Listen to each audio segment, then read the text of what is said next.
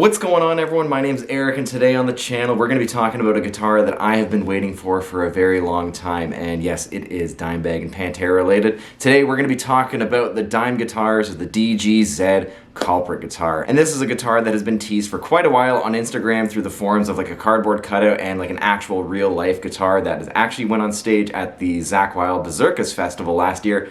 And somehow I managed to get my hands on one of them, and I got to play it at NAMM this year. And what I wanted to do is just kind of have a casual conversation about that experience, about the guitar, and a lot of information related to the guitar, Guitarz, and the Zelinsky brand, and everything like that. Before we jump in, I do want to say that all the information that I'm going to share with you is anecdotal, so it's first-hand experience for me, from literally playing the guitar, from talking to Zelinsky, from the people that are making this guitar, and lastly, people that are associated with Dimebag's estate. So take everything that I say in this video for what you will, but I just wanted to make that very clear and just let you know that I'm not just kind of making stuff up and it's all hearsay. This is like right from the source, so let's dive in. So now, just to get you up to speed, this is an original 1998 Washburn Culprit here. This is my personal guitar, and this is an original Dimebag Darrell design. As you can see, it kind of has like the top half of an ML or like a D3,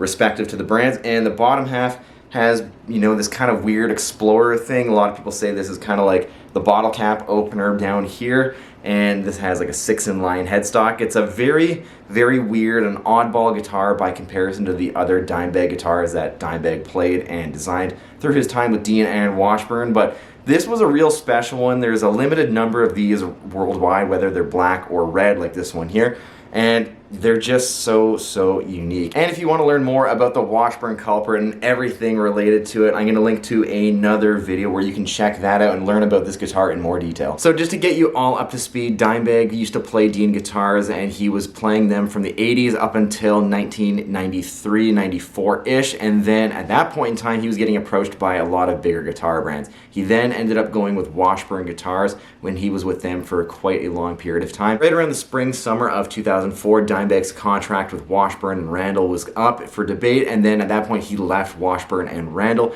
and then he went back to Dean Guitarz as he found out that Dean Zelinsky was now back with Dean Guitarz. And then unfortunately a few months later, Dime was then taken from us. Right around the time of Dimebag's untimely passing is when Dean Guitarz started to initially launch the original Dimebag signature line, and that guitar line has been going for a very long period of time, but it was in around 2010, 2009 where Dean Zelinsky actually left Dean Guitarz and then started his own brands. I think he had DGZ, he had Diamond Guitars, there was a few other brands in there, and that leads us to Dean Zelinsky Private Reserve Guitars, which is his main brand right now. And then by association, because the Dimebag estate has now left Dean Guitarz. Now this is where it does get a little confusing, so bear with me. So the Dimebag estate left Dean Guitarz, and then they partnered with Dean Zelinsky of Dean Zelinsky Private Reserve Guitars, and then they started Dime Guitarz. And that brings us to where we are right now in terms of Dimebag Guitars. And yes, there's more to talk about with the whole Dean Guitarz, Dean Zelinsky, the Dimebag estate, and everything that's going on there. That's going to be a different video altogether, and there's still a lot of things to figure out with everything going on with that. Now flash forward or flash back to around 2024. This is when we started to see rumblings of some prototypes of the Culprit. I remember seeing on Dean Zelinsky Guitars' Instagram that he was cutting out a cardboard prototype of something that looked very familiar, which is the Washburn Culprit.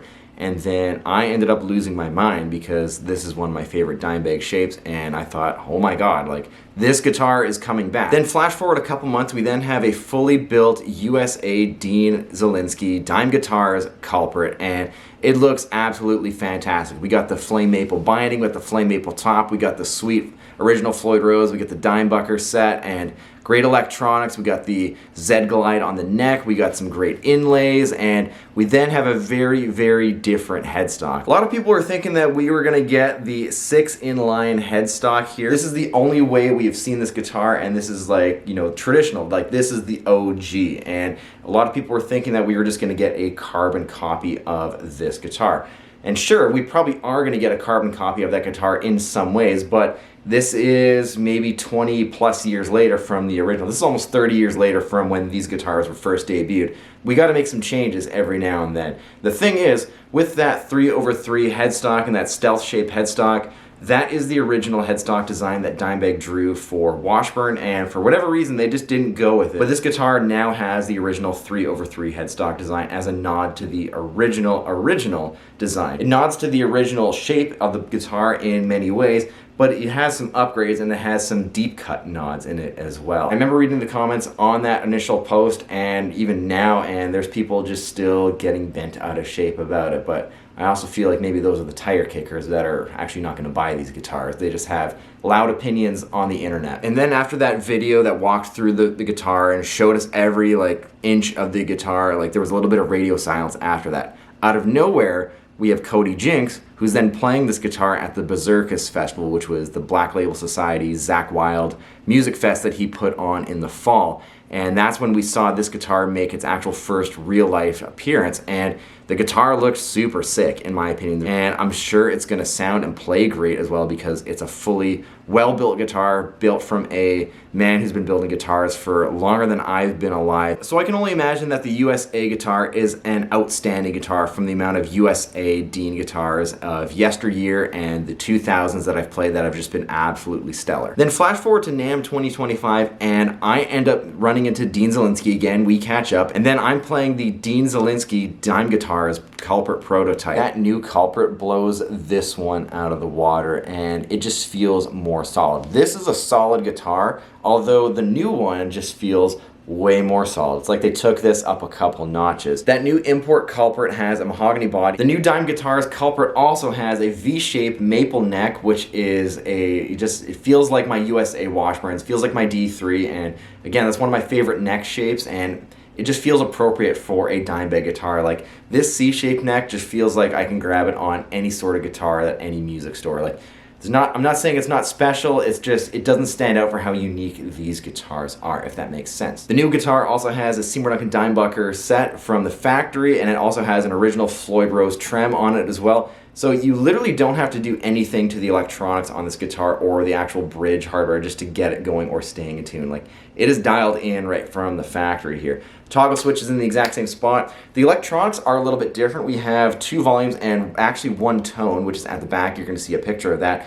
On the tone knob, there's actually a passive boost. It's a push-pull, but I was actually talking to Dean Zelinsky, and I think they are going to change that. I did recommend a push-push, just so it's a little bit easier to function, and I think they're going to do that. So hopefully that makes it to production. The new one also doesn't have a pickguard, and again, I also thought it was just weird that this guitar just has a pickguard for some reason. It's cool, don't get me wrong, I like it, but it was the only guitar in Dime's live arsenal that really had a pickguard. Again, the original one was a bit of an oddball, but it's pretty unique and pretty cool by comparison to some of the other ones as well. Going up to the headstock, the guitar still has the Floyd Rose locking nut on it. It has actual locking tuners on the guitar, which is a really nice touch, especially in the modern day. Makes your string changes real easy. It has the 3/3 headstock, and again, that is a nod to the original design that Dimebag drew up with Washburn. Going to the back side of the guitar, I'm just going to show you this one here for reference here. As you can see, this Culprit kind of has a regular Les Paul neck joint here. It's a set neck construction here. The new one is a set neck as well, although the heel right here is sculpted and it feels like it just fits right in the palm of your hand. It feels like a really modern neck joint. It's so comfy. There's also an upper access carve just so you can actually get to the higher frets way easier. And again, those are just modern appointments that Dime probably would have liked, because the guy was about innovation, believe it or not, and I'm pretty sure if Dean would have thrown those advancements at Dime on some Dean guitars, or maybe their new brand that they probably would have started together, that he would have been all over that. Another thing about the import guitar is that it just had a regular plain maple neck here. Again, V-shaped design, had the big volute at the back here. It felt really great. Since that is an import guitar, it also didn't have the Dean Zelinsky proprietary Z glide. That will be an option. I repeat, that will be an option when you get the USA version. Yes, there's going to be an import and a USA version of this Culprit. Last but not least, this guitar was made in Korea. It was made in the Samek factory. It feels pretty good. That new one is actually made in India. It felt like it was made in the same factory that made a lot of those Boogie Bolts and a lot of those 2014 Washburn prototype D3 Indonesian India made guitars. The guitar feels really solid, and honestly right now it really doesn't matter where the guitar is built as long as it goes through a lot of really good quality control. You're going to get a really good guitar at the end of the day. And where production guitars are right now by comparison to where they were in the 90s, I really feel like production guitars are at a higher standard and a higher caliber of where they are in terms of build production and quality and attention to detail right now. And even with specs, you can go buy that guitar and literally play a gig. You're not gonna have to do anything with it. Not gonna have to change the electronics or the hardware to make it stay in tune or sound better. It's just dialed in right from the factory, as every guitar should be. And yeah, the guitar felt amazing. I honestly wanted to take it home and plug it in and get some miles on it, but you know, unfortunately I can't really do that. But you know, hopefully one day in the future we can get one on the channel and really put it through its paces and compare it to this one directly here, and you know, let you take your own opinion for that. Now, in terms of price, I really don't know where it's going to be. I have a feeling that this guitar is going to be probably in the $2,000 USD range. It's a very specific niche custom guitar. It's going to ship with a case as well. And say what you will about current guitar prices, that's for a different time, but it is what it is. Everything is expensive now, but you are getting a very quality instrument at the end of the day, so that should not deter you from considering one of these if you are a Dimebag fan, and maybe some of these original Washburns or Dean guitars are out of reach financially. As I said, the one that I played is just phenomenal, and I'd be more than happy playing that one. And believe it or not, Dime was actually playing a lot of the import Deans with his time in Damage Plan before his untimely passing. He was playing a lot of those ML79s, which were made in Korea. Those guitars are fantastic as well, and gonna be honest, these new Dime guitars just blow those other early Deans out of the water, and they blow this, like, my own Washburn Culprit out of the water. This is still a great guitar, but like, the way that it is built, it feels like it has like those nods to the American Washburns and the American Deans. You know, we all can't afford a D3, a Stealth, or you know, even the high-spec Washburn imports, even the high-spec Deans as well, and the USA Deans. Like, they're all creeping up in price. It's supply and demand. They're hard to get. They're very sought-after guitars. I don't know how the market is going to go on those guitars with the new line coming in. That's a whole other topic of discussion in itself. I would love to get an American and an import guitar on the channel and really spend some time with it. I'd love to get an actual like import and American Dean Zelinsky guitar on here just to show you guys what they're all about as well. You know, let us know down below what you want to see here, if it's non-Dime related or Dime related as well. You know, obviously we're going to see what can happen with that as well. But yeah, I wanted to get on here real fast, and you know, even though this is probably going to be a long video, and just give you my honest 2 cents and first-hand experience with playing this guitar. Like, yeah, like the guitar is sick just from the import and just from the import prototype, and if the prototype is going to be what the actual production guitars are going to be, I think you're all going to be very happy, because as I said, like myself, you know, I wanted to take it home. My buddy Jamie Slays and Hellbag, like, we all wanted to take that guitar home. We were all just so blown away for like, and we all like own some really nice Dimebag guitars, and yeah, like it punches up many different price brackets, and yep, it's going to be a good guitar. Now, we've seen a couple different prototypes from the USA shop and the import shop as well, and the next logical thing we might be thinking is, when are these guitars going to come out?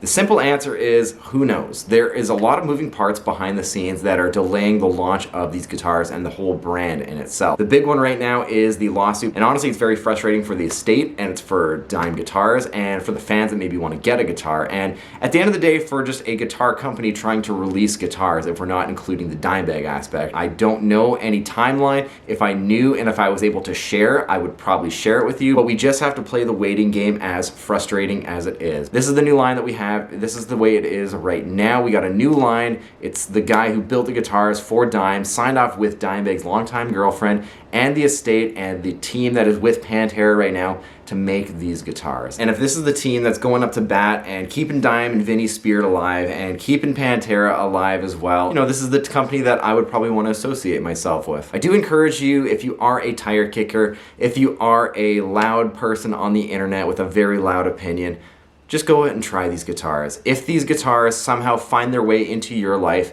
play it, spend some time with it, and make your assumption off that. Don't really make it off of emotions, because if you haven't played it, then your opinion might not be as strong as someone else's opinion who has actually played it. So take that for what you will. Try the guitar, and if you really are looking for one of these guitars and you want one of these guitars, you're going to have to wait, and just like the rest of us, but if there's any new updates, I will 100% let you know. And that's going to do it for today's video. If you learned something new, let me know in the comments below. If you have your own thoughts and opinions on the new Dime Guitarz Culprit, Dime guitars in general, or anything related to it, let me know down below. Let's have a conversation. Let's hang out. Let's chat about it. If you're new here, please consider subscribing. Got tons more Dimebag related videos. Got a full playlist on the channel as well. Go ahead and check that out when you got a minute. And if you are a returning subscriber, make sure you hit that notification bell so you don't miss a single video that I upload. Thanks for checking this out, and I'll see you next time.